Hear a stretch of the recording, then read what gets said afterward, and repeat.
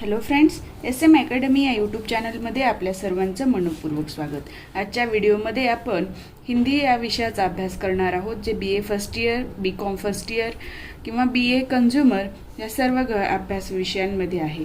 त्यातला पहिला चॅप्टर आपण बघणार आहोत, हिंदी राष्ट्रभाषा, राजभाषा और संपर्क भाषा। हा चॅप्टर सुरू करण्यापूर्वी माझं तुम्हाला एक म्हणणं आहे की तुम्ही पुस्तक जवळ घेऊन बसा, म्हणजे जो कंटेंट मी इथे तुम्हाला फक्त ओरली सांगणार आहे ते तुम्हाला पुस्तकातनं बघता येईल। ठीक आहे, आता पहिला प्रश्न आहे, जे प्रश्न येऊ शकतात परीक्षेमध्ये ते प्रश्न मी इथे घेतलेले आहेत आणि जे प्रश्न यापूर्वी व्हिडिओमध्ये घेतलेले आहेत ते मी परत लिहून दाखवलेले नाही आहेत। ठीक आहे, त्यापूर्वी तुम्ही चॅनलवर नवीन असाल आणि चॅनलला अजूनही सबस्क्राइब केलेलं नसेल तर सबस्क्राइब करा, जेणेकरून तुम्हाला व्हिडिओचे नोटिफिकेशन मिळतील, व्हिडिओ लवकरात लवकर बघता येईल। पहला प्रश्न है, हिंदी भाषा के उद्भव और विकास को संक्षेप में समझाइए।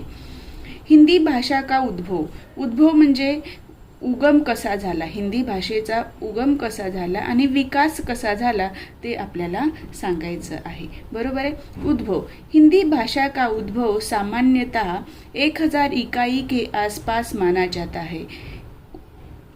अपभ्रंश भाषा के शौरसेनी, मागधी तथा अर्धमागधी रूपों से उसका उद्भव हुआ। उद्भव विचारले म्हणून सांगितले की कधी उद्भव झाला असेल, तर महत्त्वाचं काय आहे, सामान्यतः 1000 इकाईस के आसपास। त्याच्यानंतर अपभ्रंश भाषा के शौरसेनी, मागधी, अर्धमागधी रूपों से इसका उद्भव हुआ। किसका? हिंदी का। लगभग 1000 सालों का उसका इतिहास है। हिमाचल प्रदेश, पंजाब का कुछ भाग, हरियाणा, राजस्थान, दिल्ली, उत्तर प्रदेश, मध्य प्रदेश तथा बिहार हिंदी का क्षेत्र माना जाता है।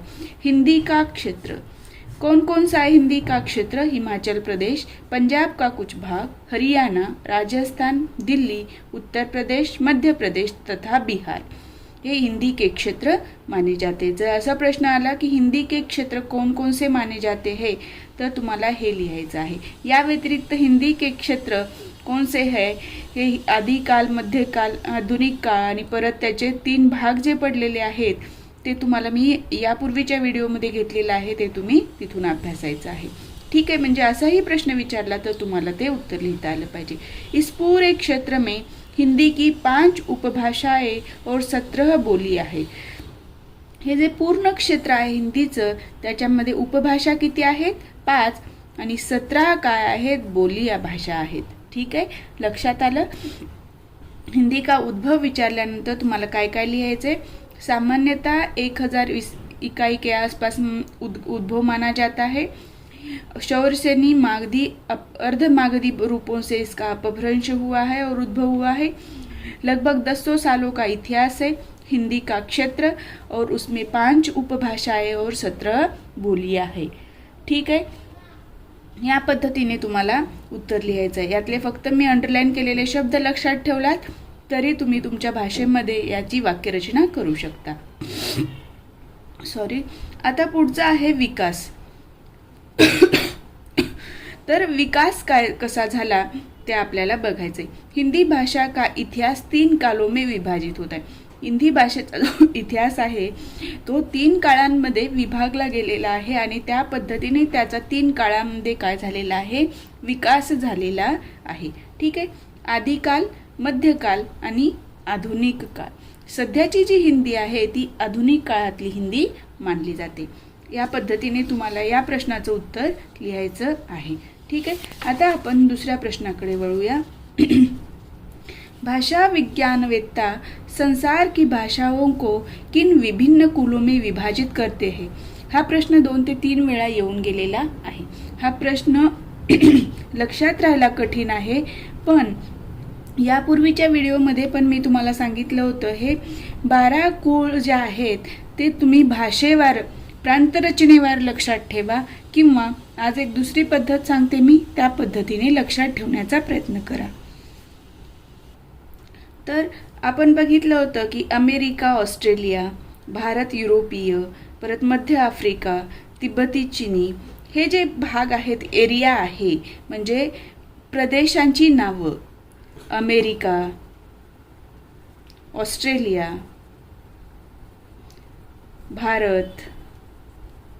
भारत युरोप. ठीक आहे, या पद्धतीने आपण एरियाची नावं लक्षात ठेवा. मध्य आफ्रिका, परत तिब्बती चीन. म्हणजे या पद्धतीने एरियाची नावं ठेवलात तर एरियाच्या नावाने कुठले भाग आहेत? 1 2 3 4 5. ठीक आहे, असं सांगितलं होतं. त्यानंतर सेमेटिक हेमेटिक हे लक्षात राहतं.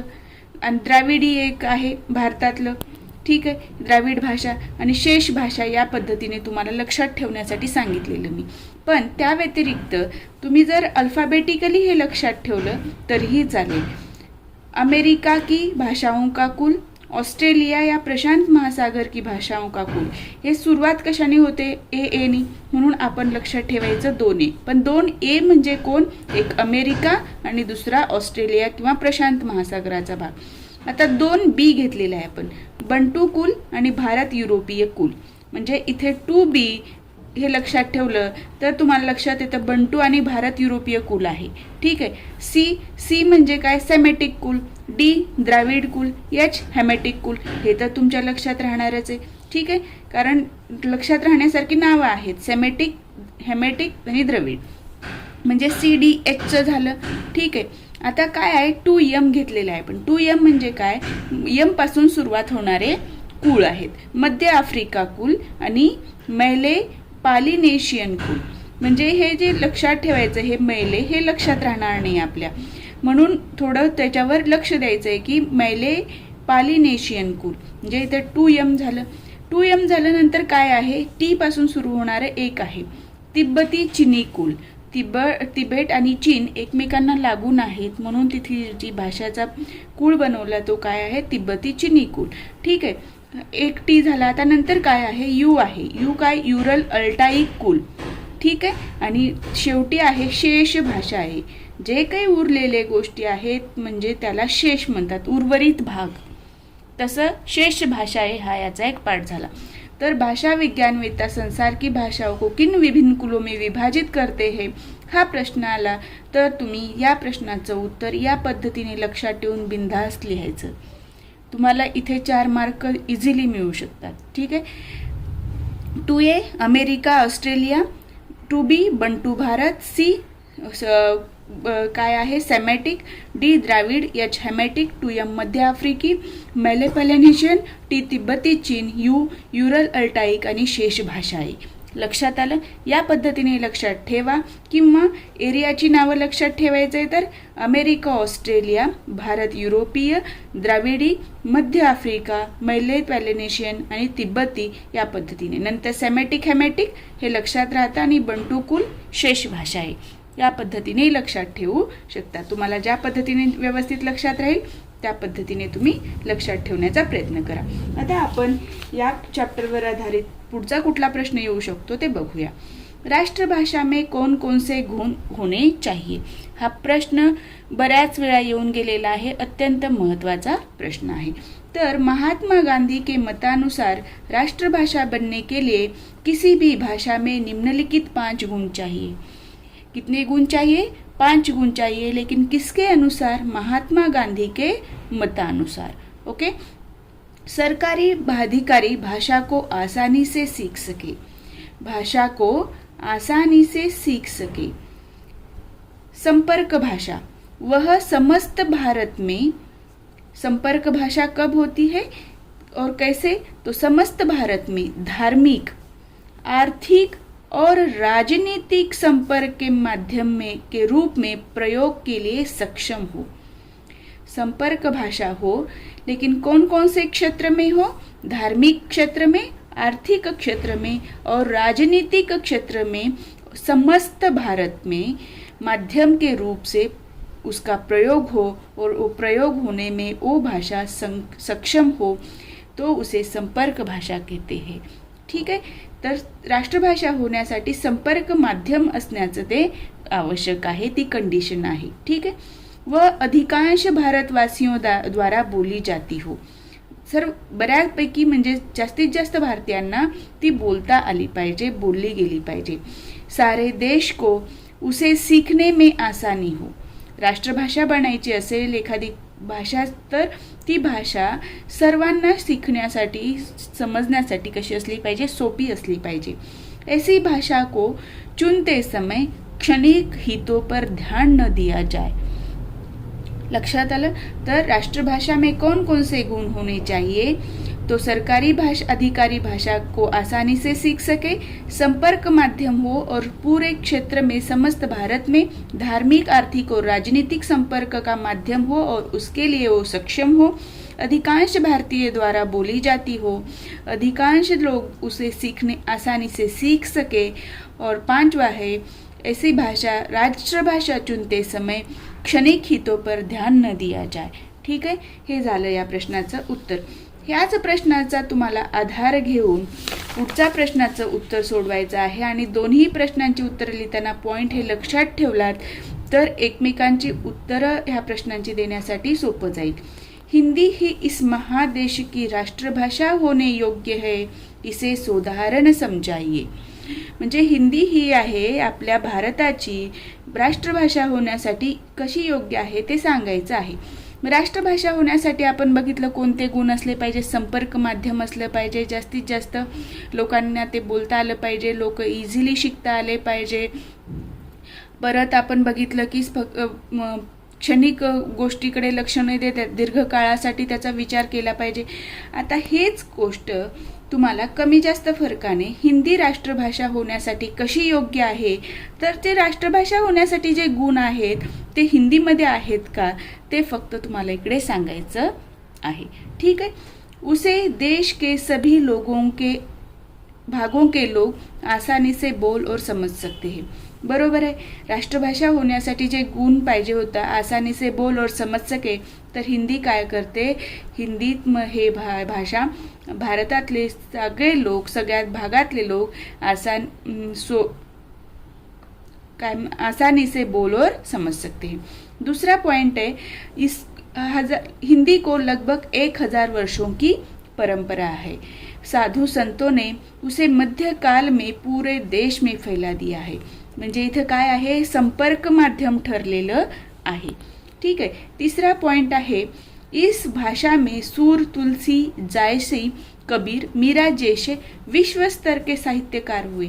विश्व स्तर म्हणजे पूर्ण जगामध्ये हिंदीचा अभ्यास या साहित्यिकांच्या साहित्यामार्फत केला जातो. म्हणजे इथे सुद्धा संपर्क माध्यम बनली हिंदी. ठीक आहे. भारत के स्वतंत्रता आंदोलन की भाषा हिंदी ही थी. म्हणजे इथे संपर्क भाषा हिंदी होती, त्यामुळे एकमेकांशी संपर्क साधणं शक्य झालं. तर हिंदीचा उपयोग असा झाला या पद्धतीने. त्यामुळे हे सर्व आपण त्यांना हे सांगतोय की बघा, हिंदी राष्ट्रभाषा होण्यासाठी हे आधार आहेत, हे बेस आहेत. जसं आपण म्हणतो की मी या पदासाठी कसा योग्य आहे, तर त्यासाठी माझ्यामध्ये हे गुण आहेत. तसंच आपल्याला सांगायचं आहे की हिंदी राष्ट्रभाषा होण्यासाठी त्याच्यामध्ये हे गुण आहेत. लक्षात आलं. राजकाज में इसका उपयोग मध्यकाल में भी होता रहा. सभी सरकारी संस्थाओं में हिंदी में कार्य हो रहा है. हिंदी भारत की सामाजिक संस्कृति का प्रतीक मानी जाती है. जो कुछ भी संस्कृति भारत की है उसकी पूरी संस्कृति का हिंदी एक प्रतीक माना जाता है, एक सिंबल मानलं जातं. ठीक है. उसमें सारे भारत की संस्कृती की प्रतिछाया मिलती है. सर्व भारताची जी संस्कृती आहे तिची प्रतिछाया हिंदी या भाषेद्वारे आपण सर्व जगापर्यंत पोचवू शकतो, हे या वाक्यातनं सांगायचं आहे. तर जर हिंदी ही इस महान देश की राष्ट्रभाषा होणे योग्य है, हा प्रश्न हमखास येऊ शकतो. किंवा राष्ट्रभाषा होने के लिए कौन कौन से गुण होने चाहिए, या दोन्हीपैकी कोणताही एक प्रश्न येऊ शकतो किंवा दोन्ही येऊ शकतात. तर तुम्हाला हे या पद्धतीने उत्तर लिहायचे. काय, आसानी से बोल और समझ सकते, हजारों वर्षों की परंपरा, मध्यकाल में भी साधु संतों ने उसे फैला दिया है, विश्व स्तर के साहित्यकार हुए हैं, भारत के स्वतंत्रता आंदोलन में हिंदी भाषा का उपयोग हुआ, राजकाज में मध्यकाल में भी इसका उपयोग रहा है, सभी सरकारी संस्थाओं ऑफिसेस में इसका इस्तेमाल होता है, और हिंदी सामाजिक संस्कृति का प्रतीक भाषा है, और हिंदी में भारत की संस्कृति की प्रतिछाया मिलती है। आता तुम्हाला या प्रश्नाचं उत्तर विसरणार नाहीये, ठीक आहे। आता पुढचा प्रश्न आहे, राष्ट्रभाषा, राजभाषा और संपर्क भाषा में क्या फर्क है, इसे समझाइए। आता याच्यामध्ये काय फरक आहे, राष्ट्रभाषा, राजभाषा आणि संपर्क भाषा हे विचारलेलं आहे। किंवा असा प्रश्न येऊ शकतो, संपर्क भाषा किसे कहते हैं, किंवा राष्ट्रभाषा और राजभाषा किसे कहते हैं। या पद्धतीने तुम्हाला प्रश्न येऊ शकतात।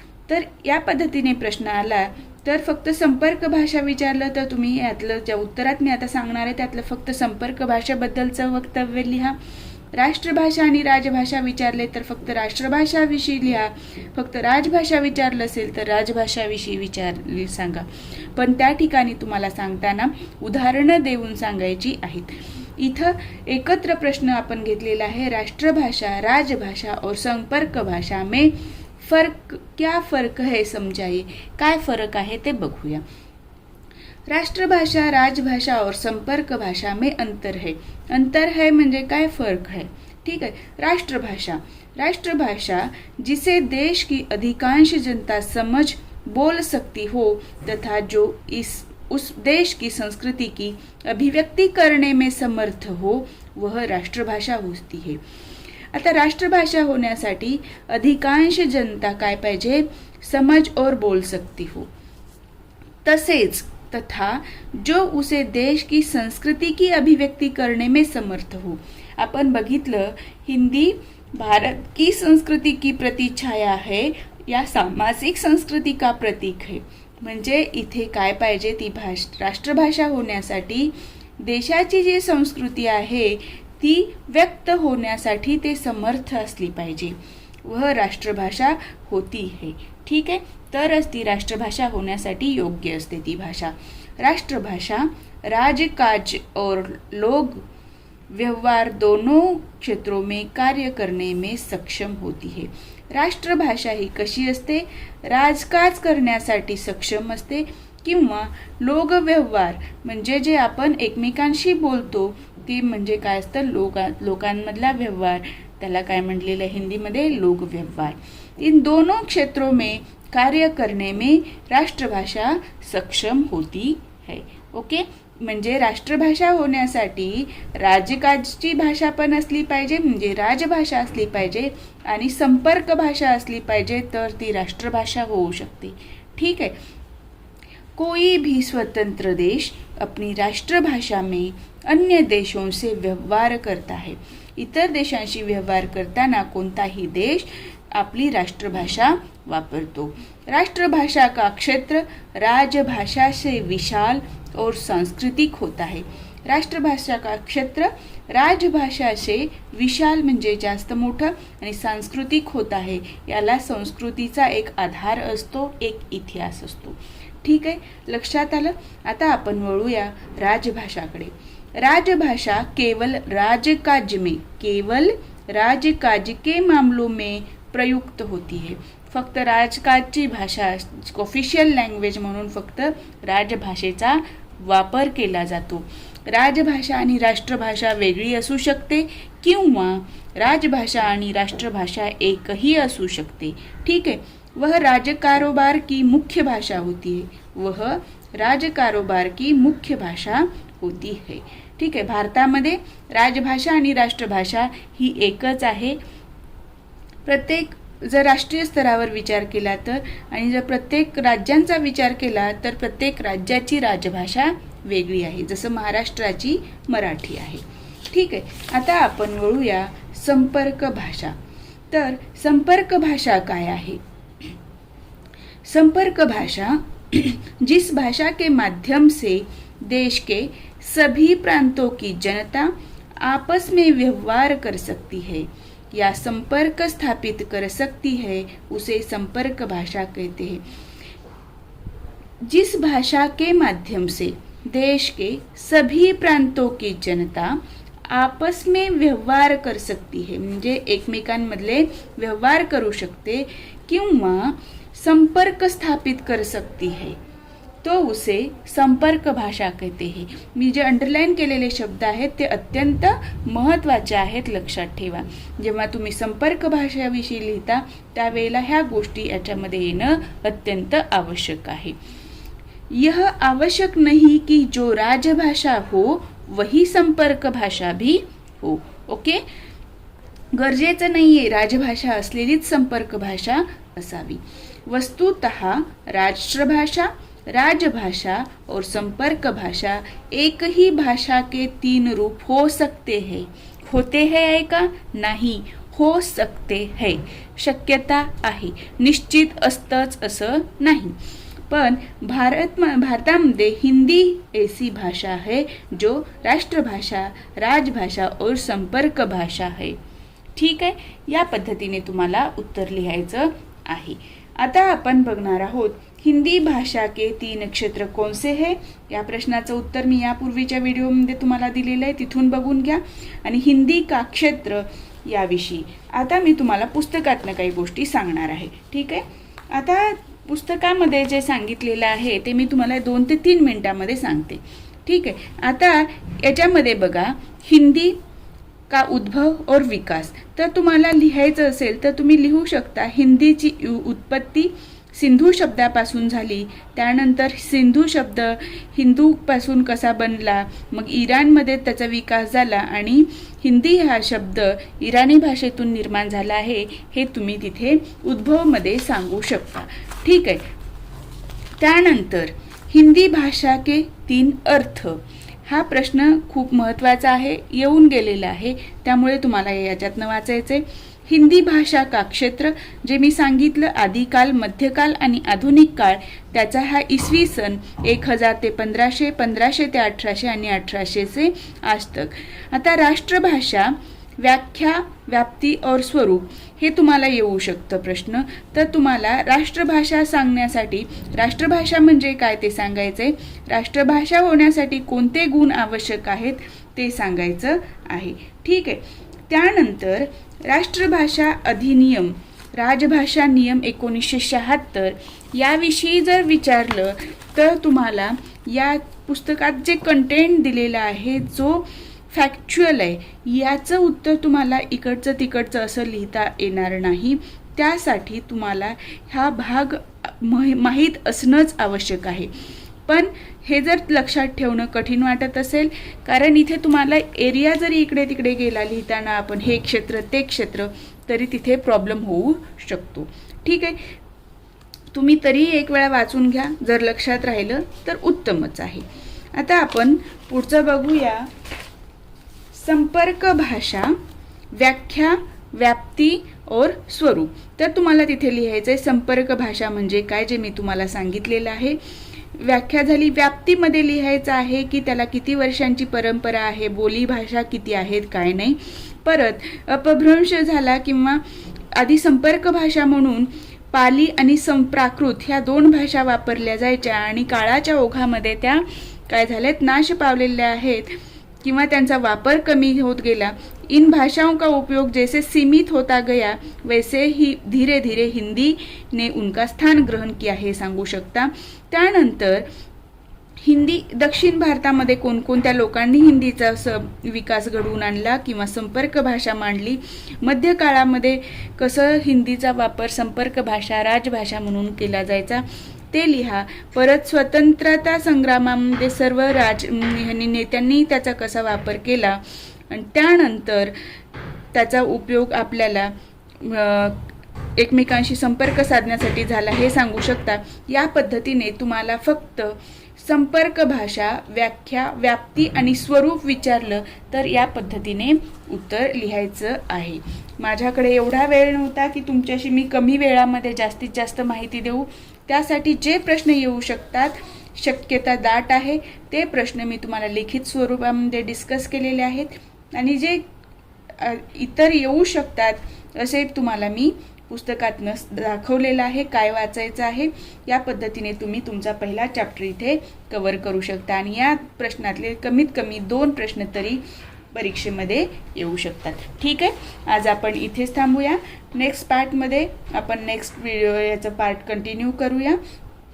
तुम्हाला जर माझा हा व्हिडिओ आवडला असेल तर व्हिडिओला लाईक करा. चॅनलवर नवीन असाल तर चॅनलला सबस्क्राईब करायला विसरू नका.